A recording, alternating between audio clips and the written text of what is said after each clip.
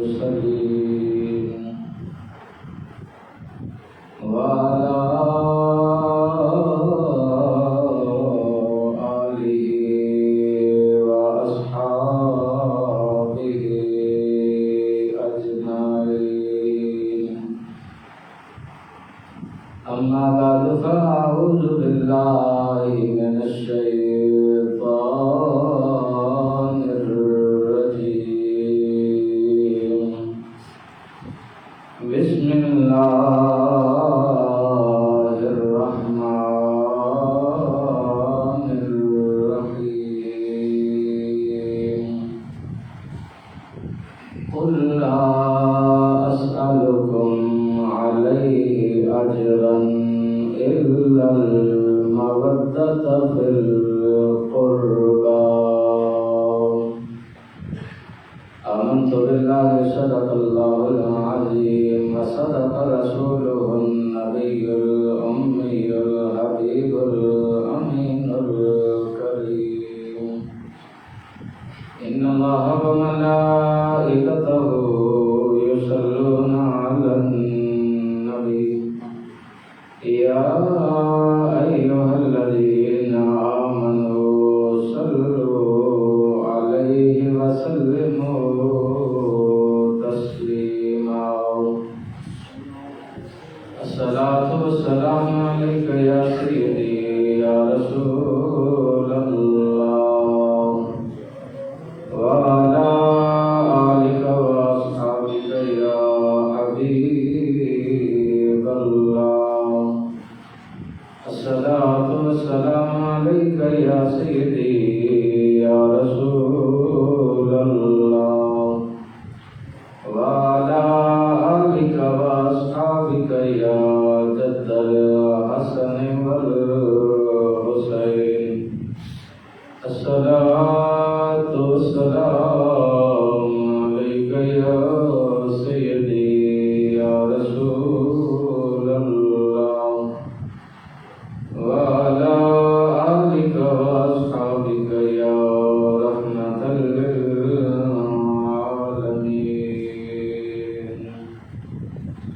مدد سنا نبی پاک صلی اللہ تعالیٰ علیہ وسلم کی پاک اور مقدس بارگاہ میں ہدیہ عقیدت پیش کرنے کے بعد قابل صد احترام بزرگوں دوستوں برادران اسلام،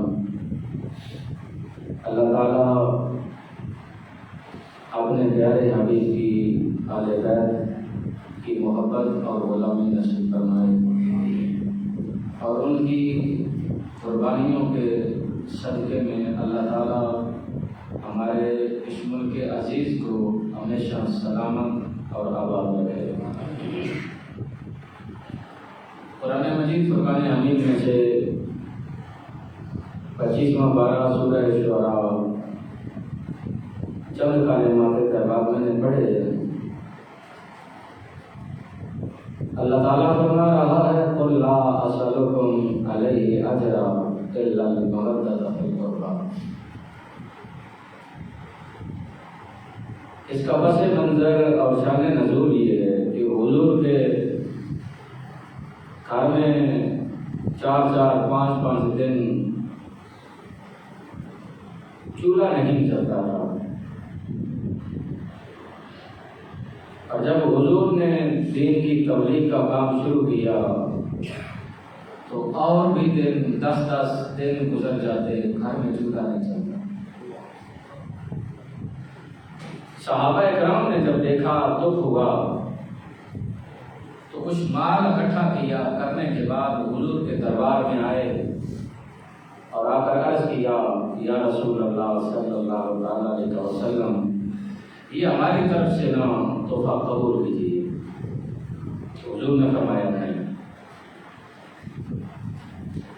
جو حضور کی منشا تھی اللہ نے اسے قرآن بنا کر نازل فرمایا. اب قرآن کیا ہے؟ فرمایا قل لا، محبوب آپ فرما دیجیے. ہے قرآن، بول رب رہا ہے لیکن لب میرے پاک نبی کے ہیں. فرمایا قل لا، محبوب آپ ان سے کہہ دیجیے لا اسالکم، تم سے کوئی سوال نہیں، کس کا؟ جو تمہیں دین سکھایا، جو تم تک دین پہنچایا، دین کے بدلے میں جو تم نے مجھے تکلیفیں دی، پتھر مارے، گالیاں دی، ظلم کیا، میرے بچوں کو تنگ کیا، ہر چیز کے بدلے میں تم سے کوئی سوال نہیں، لا اسالکم، کوئی سوال نہیں، علیہ اجرا، اور اس پہ کوئی اجر بھی نہیں مانگتا کہ میں نے تمہیں دین سکھایا ہے، میں نے تمہیں اللہ کا پیغام پہنچایا ہے۔ فرمایا نہیں، 1,24,000 نبیوں کا یہی دستور اور یہی طریقہ تھا کہ جو دین پہنچایا ہے دین پہ ڈیمانڈ ہوئی، اور یہی ہر نبی کے ماننے والوں کا یہی طریقہ ہے جو آج بھی دین کی تبلیغ پہ ڈیمانڈ کرے کہ میں نے یہ دین کا کام کیا ہے، اس کے بدلے میں مجھے یہ ملے۔ فرمایا وہ دین کی تبلیغ نہیں، وہ اپنی دنیا کا مارا۔ دین کی تبلیغ کے لیے کوئی سوال نہیں، کوئی اجر نہیں ہے۔ کیوں؟ حضور نے فرمایا اس کا اجر میرے رب کے پاس ہے۔ دین کے بدلے میں دنیا اجر کے طور پہ نہیں دی جا سکتی۔ الف لام میم 3 حرف ہیں، قرآن کی سورہ بقرہ کی پہلی سورت کے یہ 3 لفظ ہیں۔ آپ کہیں الف لام میم، مالک 3 نہیں دیتا۔ تو آپ مجھے بتائیے دنیا میں اس کا کوئی اجر دے سکتا ہے؟ تو اس کا نہ اجر ہے، اجر اس مالک نے دینا۔ فرمایا تم سے کوئی اجر، کوئی سوال، کوئی معاوضہ اس کے بدلے میں نہیں مانگ رہا۔ مانگ رہا ہوں تو کیا؟ الا المودۃ فی القربى، میں تم سے سوال کرتا ہوں تو صرف یہ کہ تم میرے قرابت داروں اور اہل بیت سے محبت کریں۔ یہ سوال کیا میرے کریم آقا علیہ الصلوۃ والسلام نے اپنی امت سے کہ تجھ سے کچھ نہیں اور چاہیے صرف اپنے قرابت داروں کی اور اہل بیت کی محبت چاہیے۔ اب یہ قرآن ہے، حدیث میں ہوتا تو مولوی صاحب کہہ دیتے نہیں یہ ضعیف ہے، یہ ادھر ہے۔ یہ قرآن ہے، جو قرآن کا انکار کرے وہ کافر ہے۔ محبت اہل بیت، رب کہہ رہا ہے محبوب آپ ان سے کہہ دیجئے، اور میرے محبوب نبی نے فرمایا میں تمہیں 2 چیزیں چھوڑ کے جا رہا ہوں، ایک سنت اور ایک قرآن۔ اب جو کہے کہ قرآن کافی ہے وہ سنت کا منکر ہے، اور جو کہے نہیں سنت کافی ہے قرآن نہیں وہ قرآن کا منکر ہے۔ لہذا قرآن اور سنت دونوں جدا نہیں۔ اگر قرآن کا پریکٹیکل چاہتے ہو تو وہ مدینے کے تاجدار کی زندگی جسے سنت کہا جاتا ہے۔ تو یہ دونوں آپس کے اندر جدا نہیں۔ دوسری حدیث کے اندر فرمایا میں تم میں 2 چیزیں چھوڑ کے جا رہا ہوں، ایک قرآن اور ایک اپنی اہل بیت۔ اب ان تینوں چیزوں کو آپ غور سے دیکھیں گے تو یہ تینوں آپس کے اندر ہی ملتی ہیں۔ سنت دیکھیں گے تو اہل بیت نظر آئے گی، اہل بیت کو دیکھیں گے تو رب کا قرآن نظر آئے گی۔ یہ تینوں چیزیں نبی پاک صلی اللہ تعالی علیہ وسلم نے فرمایا ان کو تھامے رکھنا۔ اب سنت ہے، اہل بیت ہے اور قرآن ہے، ان تینوں کو جو انسان ایمان والا تھام کے رکھتا ہے وہ گمراہ نہیں ہوتا، جو ان کو چھوڑ دیتا ہے اس کی یہ دنیا بھی برباد ہے، اگلی بھی برباد ہے۔ کیوں کہ عظیم عبادت ہے نماز، سب سے افضل عبادت۔ آپ روزانہ بیٹھ کر کہتے ہیں اللہم صلی علی محمد وعلی آل محمد، تو رب نماز قبول کرتا ہے۔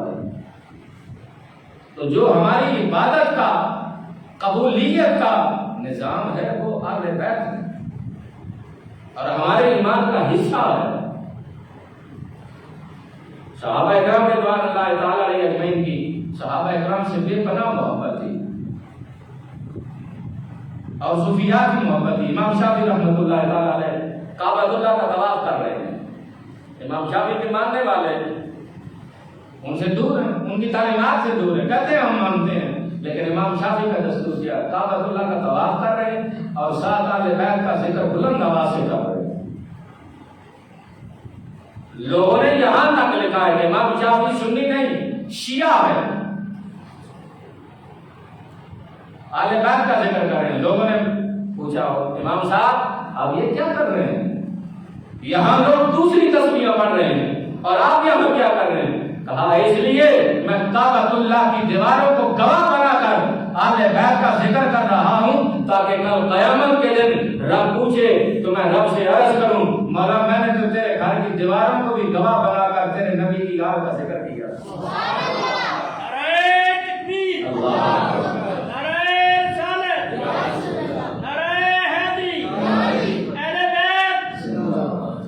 تو امام احمد بن حنبل رحمۃ اللہ تعالیٰ علیہ بچوں کو درس حدیث پڑھا رہے ہیں، سامنے دروازے پہ نا ایک بچہ دوڑ کے کھیلتا کھیلتا آتا ہے، جب کھڑا ہوتا ہے تو امام احمد بن حنبل کھڑے ہو جاتے ہیں اپنے نشست پہ، بچہ آگے گزر جاتا ہے بیٹھ جاتے ہیں، پھر بچہ کھیلتے ہوئے دروازے پہ آتا ہے پھر کھڑے ہو جاتے ہیں۔ تو بچوں نے پوچھا حضور کیا اس حدیث میں لکھا ہے کہ جب آپ پڑھائیں گے تو آپ کھڑے ہو جانا پھر بیٹھ جانا پھر کھڑے ہو جانا پھر بیٹھ جانا؟ کہا نہیں۔ تو کہا پھر کیا معاملہ؟ کہا میرے دروازے پہ نبی کا خون آتا ہے، امام احمد بن حنبل کی غیرت گوارا نہیں کرتی کہ خون رسول کا ہو میرے دروازے پہ آئے اور میں احترام کے لیے کھڑا اور یہی احترام ہر کلمہ پڑھنے والے مسلمان پر واجب ہے، اہل رسول کا احترام۔ اللہ اکبر۔ حضرت ابو بکر صدیق رضی اللہ تعالیٰ عنہ ممبر رسول پہ بیٹھے مسجد نبوی، حضرت حسنین کریمین بچے دوڑے دوڑے مسجد میں جب آئے تو حضرت ابو بکر صدیق کو کہتے ہیں امیر المومنین آپ ممبر سے اتر جائیے، یہ ہمارے نانے کا ممبر ہے۔ حضرت ابو بکر صدیق اترے، دونوں بچوں کو اٹھا کر چوما اور روئے اور کہا بیٹو ہم نے کب کہا یہ ہمارا ہے، ہم تو تمہارے بھی اور تمہارے نانا کے غلام۔ اور پھر وہی حضرت ابو بکر صدیق حضرت حسین کو کندھوں پہ اٹھائے ہوئے مدینے کی گلیوں میں گھوم رہے ہیں اور کہہ رہے ہیں لوگوں آؤ ابو بکر نے نبی کی تصویر اٹھائی ہے جس نے دیکھنی ہے آ کر دیکھو۔ کیوں اللہ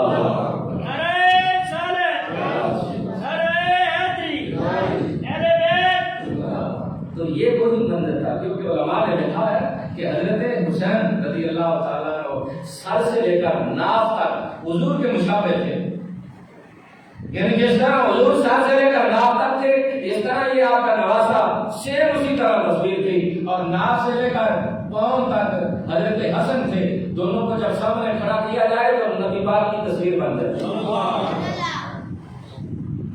تو صحابہ کرام کی محبت کا یہ عالم تھا۔ جب ایران فتح ہوا، فتح ہونے کے بعد مال غنیمت آیا، مال غنیمت میں مستورات بھی تھی جن میں ایک بادشاہ کی بیٹی تھی، شہزادی تھی۔ لوگوں نے کہا حضور یہ شہزادی ہے، شہزادے کے ساتھ نکاح کر دو۔ صحابہ کرام کا یہ خیال تھا کہ یہ شہزادی ہے تو اب آپ بادشاہ ہیں، آپ خلیفہ ہیں، آپ کا بیٹا عبداللہ شہزادہ ہے، لیکن آپ ممبر پہ تشریف لائے اور فرمایا لوگوں یہ شہزادی ہے اور شہزادہ میرا بیٹا نہیں، وہ مولا علی کا بیٹا حسین ہے، جاؤ حسین کو لاؤ ان کا نکاح پڑھا دو۔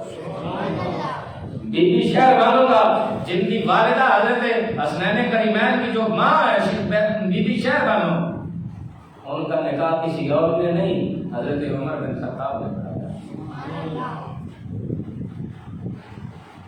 تو اس لیے اہل بیت اطہار کے ساتھ محبت اور احترام کا رشتہ جو صحابہ کرام کا تھا وہ آج تو ہمارا بھی نہیں۔ حضرت عمر بن خطاب رضی اللہ تعالیٰ عنہ 22 لاکھ مربع میل کے بادشاہ ہیں، آپ کا بیٹا عبداللہ بن عمر حضرت حسین کے ساتھ کھیل رہا ہے، کھیلتے کھیلتے بچوں کی آپس کے اندر وہ بات چیت ہوئی، مکالمہ ہوا تو حضرت حسین کہنے لگے تم بھی ہمارے غلام ہو، تمہارا باپ بھی ہمارا غلام ہے۔ اب وہ بادشاہ کا بیٹا اب کوئی تانا دے غلامی کا، آج ہی دیکھ لے ہمارے معاشرے کے اندر وزراء ہوں یا گورنر ہوں ان کے بیٹوں کا کیا عالم ہے، لیکن اسلام کے اندر یہ نہیں تھا۔ جو آج چیزیں بنائی جا رہی ہیں یا جو یہ سمجھتے وہ نہیں ہے۔ حضرت عمر بن خطاب رضی اللہ تعالیٰ عنہ کو بیٹا دوڑے دوڑے حضرت عبداللہ بن عمر آئے، کہا ابا حضور حسین نے مجھے یہ کہا ہے کہ آپ ہی ہمارے غلام ہیں، آپ کا باپ بھی غلام ہے۔ حضرت عمر بن خطاب نے کہا جھوٹ تو نہیں بول رہا، ابا حضور کسی کو کیسے پوچھ لیں، حسین نے کہا ہے۔ تو آپ نے ایک صحابی کو بلایا، فرمایا آؤ، بلا کر کہا ساتھ کوئی لکھنے والی بھی چیز لے جاؤ، اور اگر حسین نے کہا نا کہ میں نے کہا ہے تو پھر لکھ کر لاؤ۔ صحابی گئے، جا کر حسین سے سوال کیا بیٹا آپ نے یہ کہا ہے؟ کہا چچا میں نے کہا ہے، یہ بھی ہمارے غلام ہیں، ان کا باپ بھی ہمارا غلام ہے۔ تو وہ صحابی لکھ کر لائے، جب امیر المومنین کے پاس لائے نا، امیر المومنین یہ لیجیے، کہا ہے کہ کہا ہے، لکھ کر لائے، ہاں کہا بیٹا کہاں ہے عبداللہ؟ کہا حضور میں حاضر ہوں۔ ان کا یہ خیال تھا کہ ایکشن ہوگا، فرمایا یہ لو تھام لو، جب عمر فوت ہو جائے یہ عمر کے کفن میں رکھ دینا۔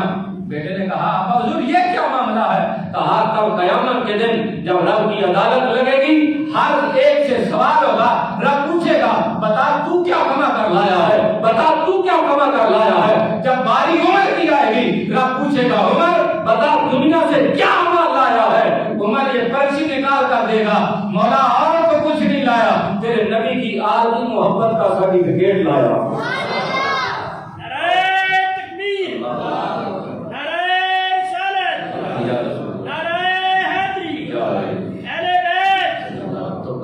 اور کچھ نہیں، رب کی عدالت میں پیش کر دوں گا کہ محبت آل بیت کی محبت کی یہ ثبوت اور دلیل لایا ہوں، میرے نام اعمال میں اور کچھ نہیں۔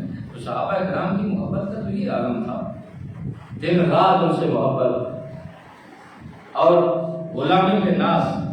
تو اللہ تعالیٰ ہمیں بھی اپنے پاک محبوب نبی کی آل بیت کی محبت اور غلامی نصیب فرمائے۔ دوسرا، کل 14 اگست ہے، کیا ہے 14 اگست کو کیا ہوا تھا؟ کیا آپ سارے پاکستانی نہیں؟ 14 اگست کو کیا ہوا تھا؟ پاکستان آزاد ہوا۔ پاکستان یہ فارسی کا لفظ ہے، اس کا مطلب ہے پاک خطہ۔ پاک خطہ جنہوں نے بنایا تھا انہوں نے ایسے نہیں، بڑی قربانیاں دے کر بنایا، بڑی قربانیاں دے کر، اور اپنی جوان بچیوں کے گلے خود کاٹے اپنے ہاتھوں سے کہ کسی غیر مسلم یا ہندو کے ہاتھ نہ لگے، تب جا کر یہ ملک بنا۔ 27 رمضان المبارک اور 1947 اور 14 اگست اللہ کی مدد، صوفیاء کی قربانیاں، عام مسلمانوں کی قربانیاں، تو پھر اللہ نے یہ ملک دیا، تو کربلا والوں کی قربانیوں کے تو خیر اللہ تعالیٰ اس ملک کو ہمیشہ سلامت رکھے۔ حضور جسٹس پیر محمد کرم شاہ رضوی رحمۃ اللہ تعالیٰ علیہ نے اپنی عدالتی نظام کے ہوتے ہوئے پاکستان کے لیے ایک نعرہ اور ایک کانفرنس منعقد کی، جس کا عنوان یہ تھا سدا سلامت پاکستان تا قیامت پاکستان۔ میں کہوں گا سدا سلامت پاکستان، تو آپ کیا کہیں گے؟ تا قیامت پاکستان۔ سدا سلامت پاکستان، سارے نہیں دیکھے آپ کو شاک دیکھے پاکستانی ہو یا ہندوستانی۔ میں حدیث پڑھتا ہوں نا، حب الوطن من الایمان او کما قال النبی صلی اللہ تعالی علیہ وسلم، میرے نبی نے فرمایا وطن کی محبت ایمان کا حصہ ہے۔ وطن کی محبت ایمان کا حصہ ہے۔ سدا سلامت پاکستان، پارٹی آپ جو مرضی رکھیں، سنبھال کر رکھیں، لیکن ایک بات یاد رکھنا کہ اگر پاکستان ہے تو پارٹی موجود ہے، اگر پاکستان نہیں، اللہ نہ کرے، تو پھر کوئی پارٹی نہیں۔ اس لیے جب بھی ہو، جس پارٹی میں بھی ہو، جب دعا مانگے نا تو اس کے لیے دعا مانگا کرے تھے مالک ہمارے ملک کو ہمیشہ سلامت رکھو۔ اور دوسری دعا بھی مانگ لینا، کوئی حرج نہیں کہ اللہ نیک اچھے حاکم نصیب فرما دے۔